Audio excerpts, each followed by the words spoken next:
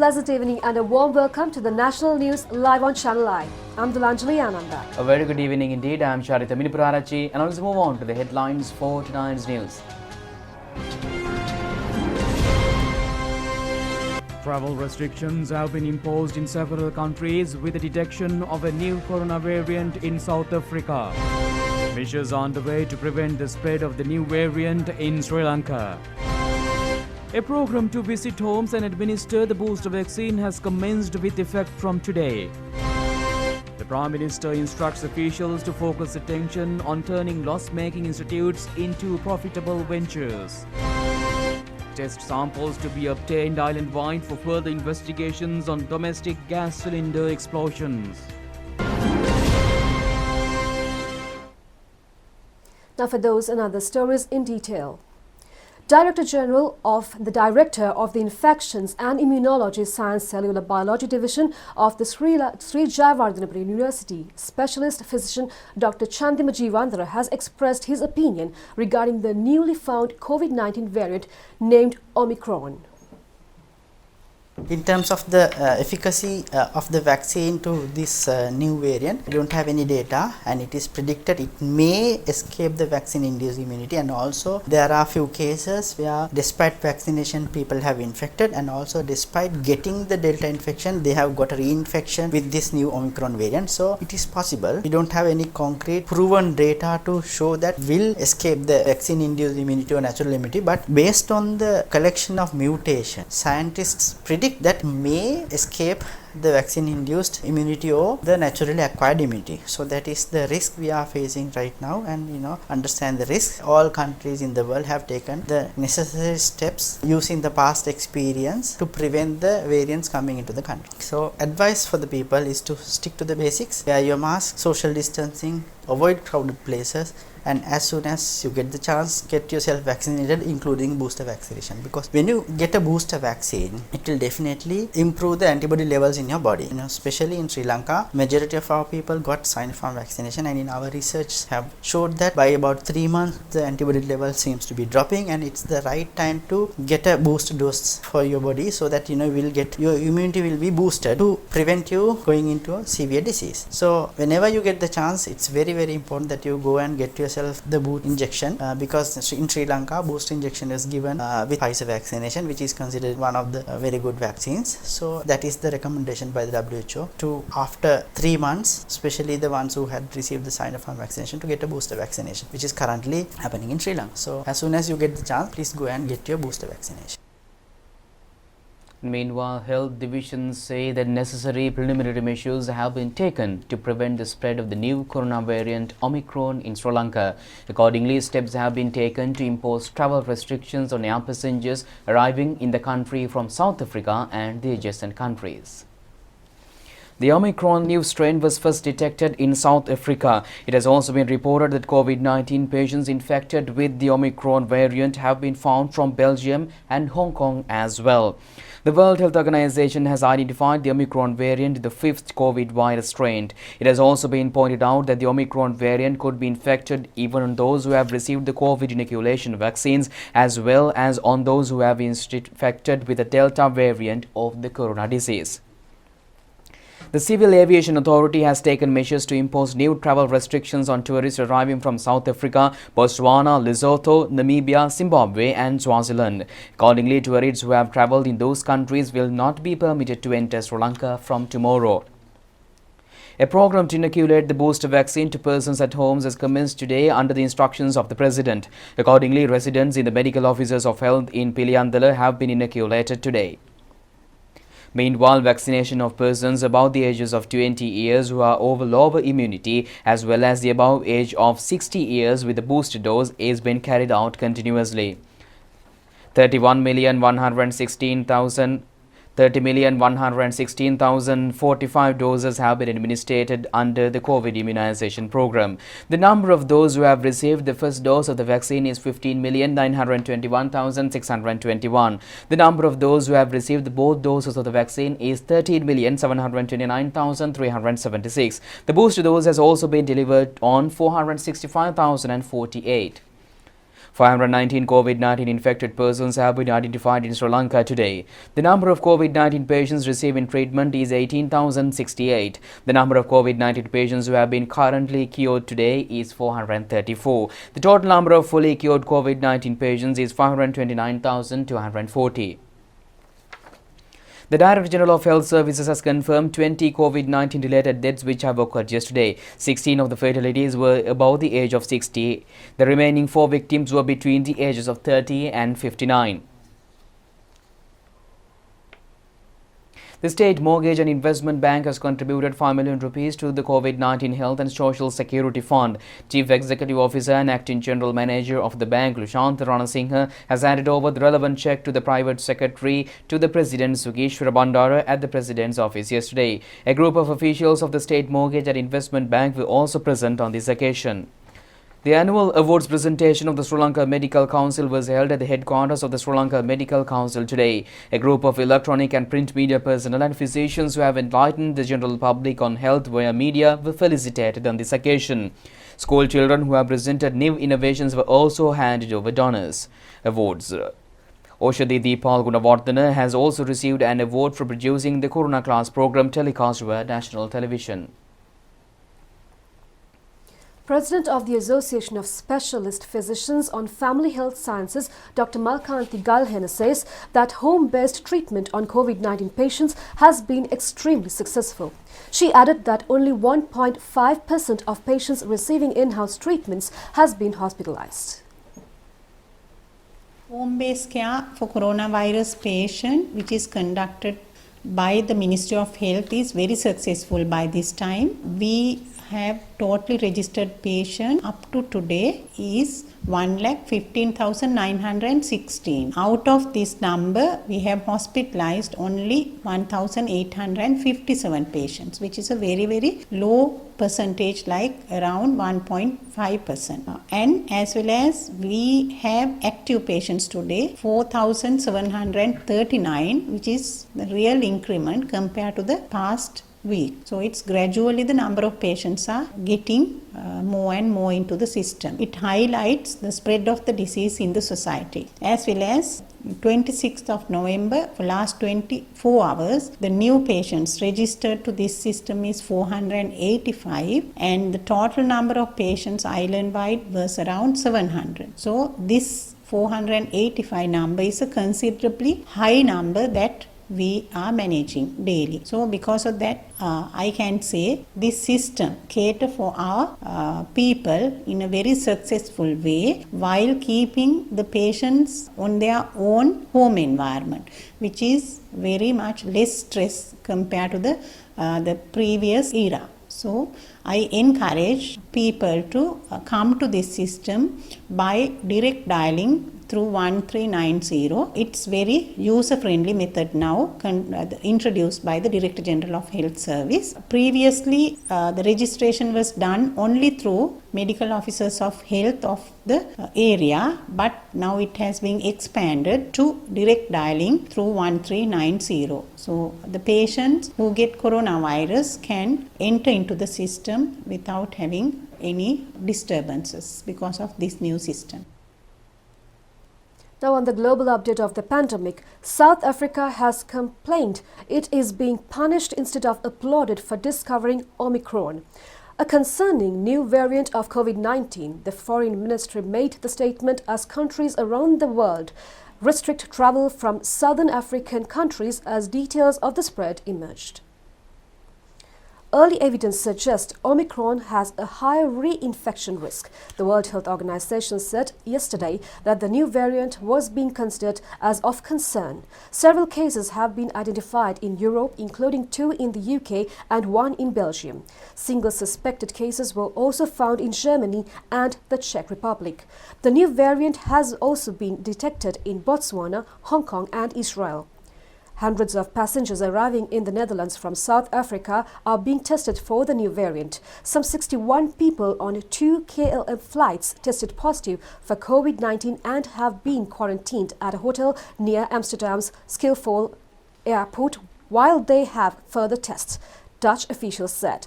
The Netherlands is currently struggling with a record-breaking surge in cases. An extended partial lockdown comes into force there on Sunday evening. The new Omicron variant was first reported to the WHO from South Africa on 24th November. Prime Minister Mahinda Rajapaksa says that the attention of all officials should be focused to transform the loss-making institutions into profit-making institutions next year. The Prime Minister, at a discussion conducted at the Temple Trees yesterday, has reiterated that all state institutions should record special progress next year. The Prime Minister, in his capacity as the Minister of Urban Development and Housing, has attended the progress evaluation meeting in the third quarter of the State Ministry of Rural Housing and Construction and Building Material Industry Promotion and its affiliated institutions. State Minister of Rural Housing and Construction and Building Material Industry Promotion, Indi Kanurudh, has clearly clarified on the objective of the discussion. Secretary to the Ministry, Srinivas Perera, has presented a summary on the overall progress. Heads of institutions, including those the National Housing Development Authority, Building Material Corporation Limited, Department of Buildings, Department of Government Factories, Construction Industry Development Authority, State Engineering Corporation, National Machinery Institute and the Ocean Wave Development Private Company have explained to the Prime Minister on the progress of their respective institutions. Attention has also been focused on this occasion to half-completed development projects under the Ministry of Housing, as well as on the possibility of receiving some financial concessions from the relevant banks. It has also been pointed out that the meeting that in this period of challenge is extremely imperative to carry forward the works without allowing them to destabilize. The Prime Minister has also instructed the officials on the legal aspects pertaining to speedy conclusion of the relevant projects. He has also stressed on the need to ascertain the accuracy of the quality of raw materials imported for construction activities. He further said that it is important to extend guidance to the importers of the importation of raw materials in their correct form. It has also been disclosed that the State Engineering Corporation, which was incurring losses during the period of government of good governance due to its lack of proper vision, has now become a profitable institution.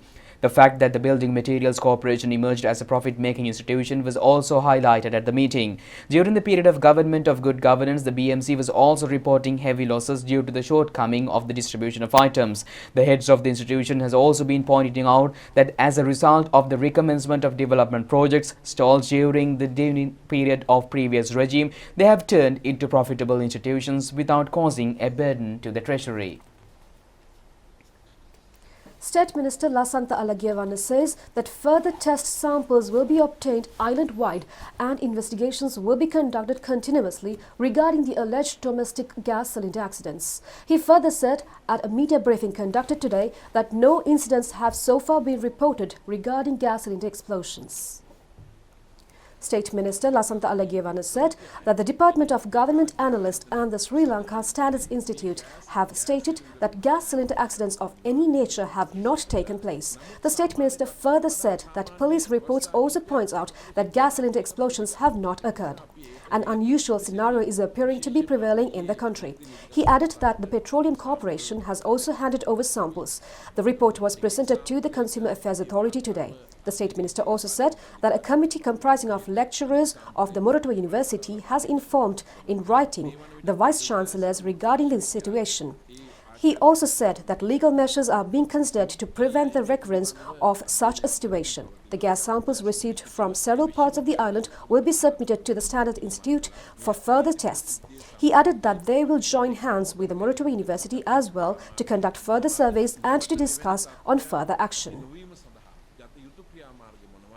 A debate on the wards of the Ministries of Lands and Plantations and affiliated state ministries was conducted in Parliament today. Government and opposition people's representatives have expressed their opinions on this occasion.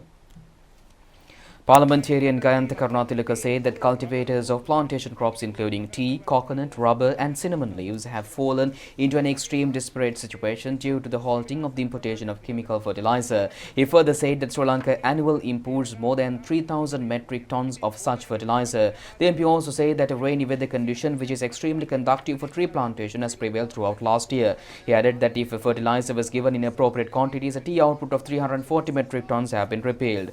Minister Ramesh Sathirana said that Sri Lanka has imported the highest quantity of fertilizer amounting to 837,000 metric tons in 2020. In the year 2013, only 530,000 metric tons were imported. Accordingly, a 40% increase has been reported. The ministry had added that, however, in the past 7 years, the yield from the cultivations of paddy, vegetables, tea or rubber has not been increased by even 10%. He added that, therefore, there is no justification in making a relationship between chemical fertilizer and the crop productivity. The minister further said that clearly there is a misuse in the application of fertilizer in the country.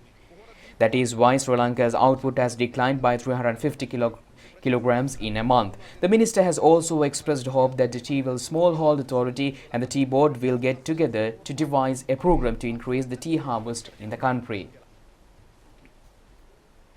A dialogue and a workshop was conducted today for the secretaries of ministries and state ministries to discuss on how the government's development program should be brought to the people. The event, organized by the Department of Government Information, was held at the Sri Lanka Foundation Institute in Colombo. The workshop was conducted according to the instructions of the Minister of Mass Media, Dallas Alhaperuma. A day-long practical session with dialogues among ministries and state ministries was held. Among the items that have come under discussion were compiling of news, reporting of news, the vision and communication contributions of the government on the social and economic program, and the role of the media secretaries. The keynote address has been delivered by Minister Dallas Alhaperuma under the theme Government's Social and Economic Vision and Contributions on Communication. Director General of Government Information Mohan Samaranayaka, as well as veterans in the field of electronic and print media, have also conducted lectures on this occasion. And meanwhile, Minister Namal Rajapaksa has presided over the 42nd National Youth Awards presentation ceremony at the Nelum Pokuna Theatre in Colombo yesterday. The event has been jointly organized by the National Youth Services Council and the Ministry of Youth and Sports. A special feature at the ceremony has been the breaking of the tradition by the Sports Minister Namal Rajapaksa, allowing veterans to hand over the awards to the new award recipients. The objective of the award presentation has been to appreciate the artistic talents of and coming youth. Awards were presented at the 42nd National Youth Awards ceremony to more than 130 young creators through competitions conducted in 45 events under the Sinhala and Tamil mediums. Certificates and cash prizes have been presented in addition to the youth awards to the winners in the competitions of those with disabilities. Another significant feature has been the remodeling of the Thuruna Shakti aesthetic tour, introduced in the latter half of the 19th decade by the name Next Gen to suit the needs of the new generation. This was the first reality program conducted in joint collaboration of the National Youth Services Council and the National Television 3 decades ago. Minister Namal Rajapaksa has been instrumental in presenting the program in novel format through instructions and guidance. Among those who have graced the occasion included Minister Sarath Weerasekara, State Ministers Vidura Wickramanayake and Nalaka Godeheva, Chairman of the Sri Lanka Rupavahini Corporation Reginald Kure, Director General Jayampati Bandara Hinkenda, Secretary to the Minister of Sports Anuradha Vijayakone and Director General of National Youth Services Council Damith Wickramasinghe.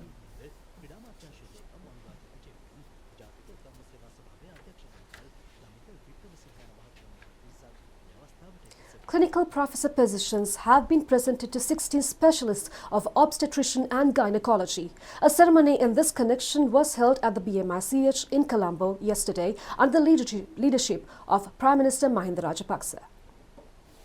The Prime Minister has presided over the inauguration of the 54th Annual General Session of the Association of Specialist Physicians of Obstetrician and Gynecology.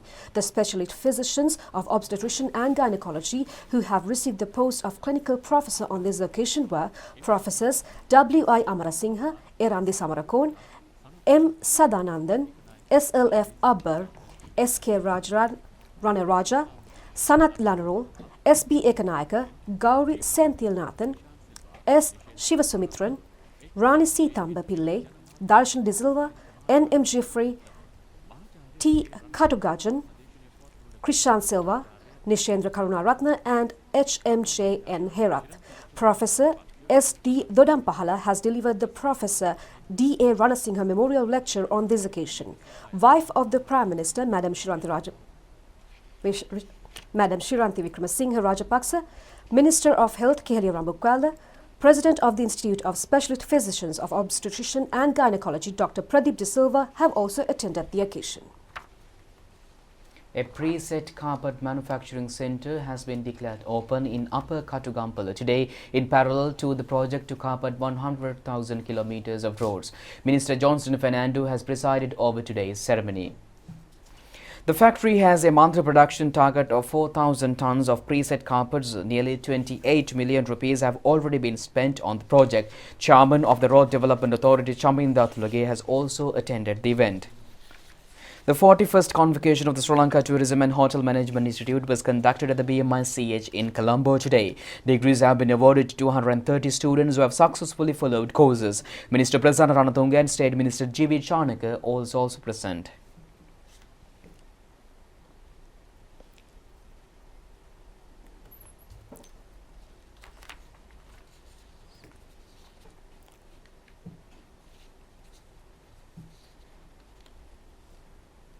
The newly constructed community hall and the Sudunelumpur apartment housing complex in Colonnava were visited with the people today.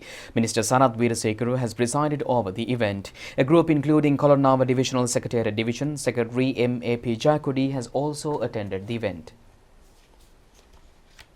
91,000 kilos of organic fertilizer manufactured by the headquarters of the Eastern Security Forces of the Sri Lanka Army were handed over to the Lakpohora company today.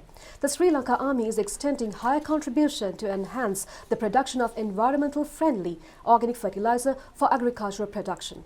The aim is to manufacture agricultural produce without poisonous substances. Army Commander General Shavendra Silva has handed over the stock of fertilizer to the Eastern Provincial Regional Manager of the Fertilizer Company, Dambika Ratnayaka. The aim of the SLA is to turn out 25,000 metric tons of high-quality organic fertilizer under the first stage of the program. 88,000 kilograms of organic manure produced by the Eastern Security Forces headquarters had been delivered to the Lakpohora company. Today's handing over symbolized the second stage of the program. ඇති කඳුරු වලින් අපිට හැකි පමණින් රටේ කෘෂි කර්මාන්තය වෙනුවෙන්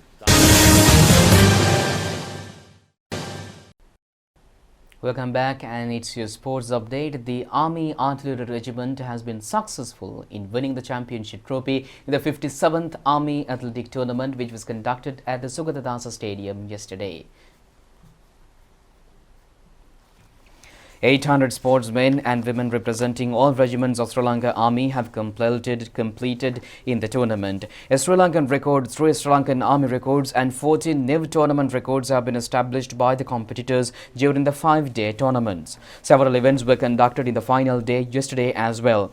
RMS Pushpakumara has won the 10,000 meter men's running event. Nilani Ratnayaka has won the women's 1,500 meter running event. Pabuzara Niku was a victor in the men's 400 meter event, and Nadisha Ramanayaka won the women's event. Sarangi Silva has come first in the women's 110 meter hurdles event, and the winner of the men's event was Rashanta Mika. Amash De Silva completed yesterday's women's 100 meter finals, breaking a previous record set by Susantika Jaisinghe. Amasha has won the event in a record time of 11.67 seconds. The 100 and 400 meter men's relay events were the final events of the tournament. The Sri Lanka Army Electrical and Mechanical Engineering Regiment has won the 100 by 4 meters relay event. The winner of the 400 by 4 meter relay event were also the Sri Lanka Army Electrical and Mechanical Engineering Regiment. Army Commander General Shavendra Silva has presided over the concluding ceremony of the tournament. The award for the best sportsman of the tournament has been awarded to the winner of the 100 meter running event, Himash Eshan.